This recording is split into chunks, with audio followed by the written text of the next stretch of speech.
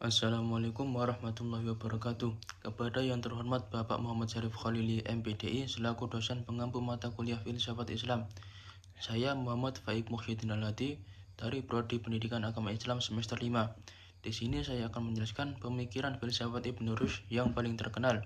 Yang pertama yaitu agama dan filsafat Ibnu Rushd menegaskan bahwa antara agama Islam dan falsafah tidak ada pertentangan. Inti filsafat tidak lain dari berpikir tentang wujud untuk mengetahui pencipta segala yang ada ini. Ibnu Rushd mendasarkan argumennya dengan dalil Al-Quran, Al-Hasyr ayat 2 dan Al-Isra ayat 84, menyuruh manusia berpikir tentang wujud atau alam yang tampak ini dalam rangka mengetahui Tuhan. Dengan demikian, sebenarnya Al-Quran menyuruh umat manusia berfilsafat atau mempelajari filsafat Yunani, bukan dilarang atau diharamkan. Yang kedua, qadimnya alam. Ibnu Rushd menegaskan bahwa paham qadimnya alam itu tidak bertentangan dengan ajaran Al-Quran, bahkan sebaliknya. Menurut para teolog yang mengatakan bahwa alam diciptakan Tuhan dari tiada, justru tidak mempunyai dasar dalam Al-Quran. Menurut Ibnu Rushd, dari ayat Al-Quran, Quran Surat Hud ayat 7, Al-Fusilat ayat 11, dan Al-Anbiya ayat 30, dapat diambil kesimpulan bahwa alam diciptakan Tuhan bukanlah dari tiada, tetapi dari sesuatu yang telah ada. Selain itu, ia juga mengingatkan bahwa paham qadimnya alam tidaklah harus membawa pada pengertian bahwa alam itu ada dengan sendirinya atau tidak dijadikan oleh Tuhan. Bagi para filsuf muslim, alam itu dikatakan qadim justru karena alam itu diciptakan Tuhan, yakni diciptakan sejak Qidam atau zaman azali. Karena diciptakannya sejak Qidam, alam itu menjadi Qidam pula. Bagaimanapun, Tuhan dan alam tidak sama karena Tuhan adalah Qadim yang mencipta, sedangkan alam adalah Qadim yang dicipta. Kebangkitan jasmani menurut Al-Ghazali. Yang ketiga, salah satu unsur yang menyebabkan orang menjadi kafir adalah karena mengingkari adanya kebangkitan jasmani di akhirat kelak. Dia mengatakan bahwa jiwa manusia tetap wujud sesudah mati, karena ia merupakan substansi yang berdiri sendiri.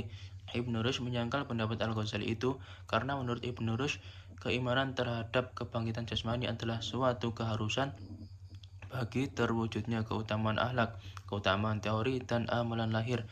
Karena seseorang tidak akan memperoleh kehidupan yang sebenarnya dalam dunia ini kecuali dengan amalan-amalan lahir, dan untuk kehidupan yang sebenarnya dalam dunia ini dengan amalan lahir untuk kehidupan di dunia dan di akhirat tidak bisa tercapai kecuali dengan keutamaan-keutamaan teori.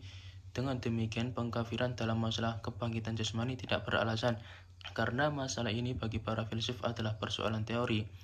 Ibnu Rushd menggambarkan kebangkitan rohani dan analogi tidur.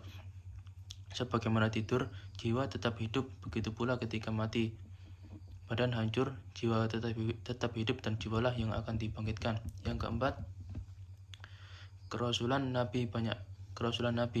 Banyak filsuf dan para ulama kalam yang membicarakan masalah kenabian. Pembuktian kerasulan para ulama kalam menyatakan bahwa apabila orang berbicara dan berkehendak dapat mengutus hamba-hambanya, maka bagi Tuhan juga apabila berbicara dan beribadah dapat mengutus dan berirodah dapat mengutus Rasulnya. Pembuktian ini adalah melalui jalan kias, namun jalan tersebut hanya bisa membawa kesimpulan yang mungkin saja. Bagi golongan Asy'ariyah, dapat memperkuat kias itu adalah bahwa orang yang mengaku menjadi utusan Tuhan, maka harus menunjukkan benar-benar bahwa ia diutus Tuhan untuk hamba-hambanya, dan tanda ini dinamakan mukjizat. Pembuktian yang seperti itu menurut Ibnu Rushd hanya bersifat memuaskan hati, tetapi tidak meyakinkan. Namun ia menyadari bahwa pembuktian itu sesuai dengan kebanyakan orang. Apabila diteliti dengan seksama, pembuktian mengandung berbagai kelemahan, di antaranya yaitu dari mana kita mengetahui bahwa mukjizat yang nampak pada seseorang yang mengaku nabi itu adalah tanda dari Tuhan yang menunjukkan bahwa ia adalah benar-benar Rasulnya.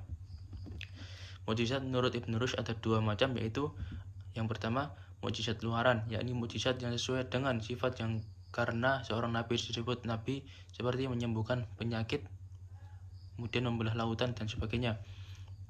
Mukjizat yang kedua yaitu yang sesuai dengan sifat kenabian tersebut, yaitu syariat atau peraturan yang dibawanya untuk kebahagiaan manusia.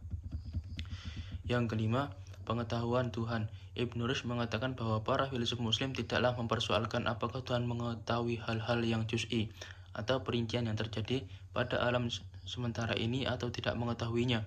Seperti halnya setiap ulama muslim Para filsuf muslim juga berpandangan bahwa Tuhan mengetahui hal-hal yang bersifat juz'i pada alam ini. Yang mereka persoalkan adalah bagaimana cara Tuhan mengetahui hal-hal yang bersifat juz'i itu.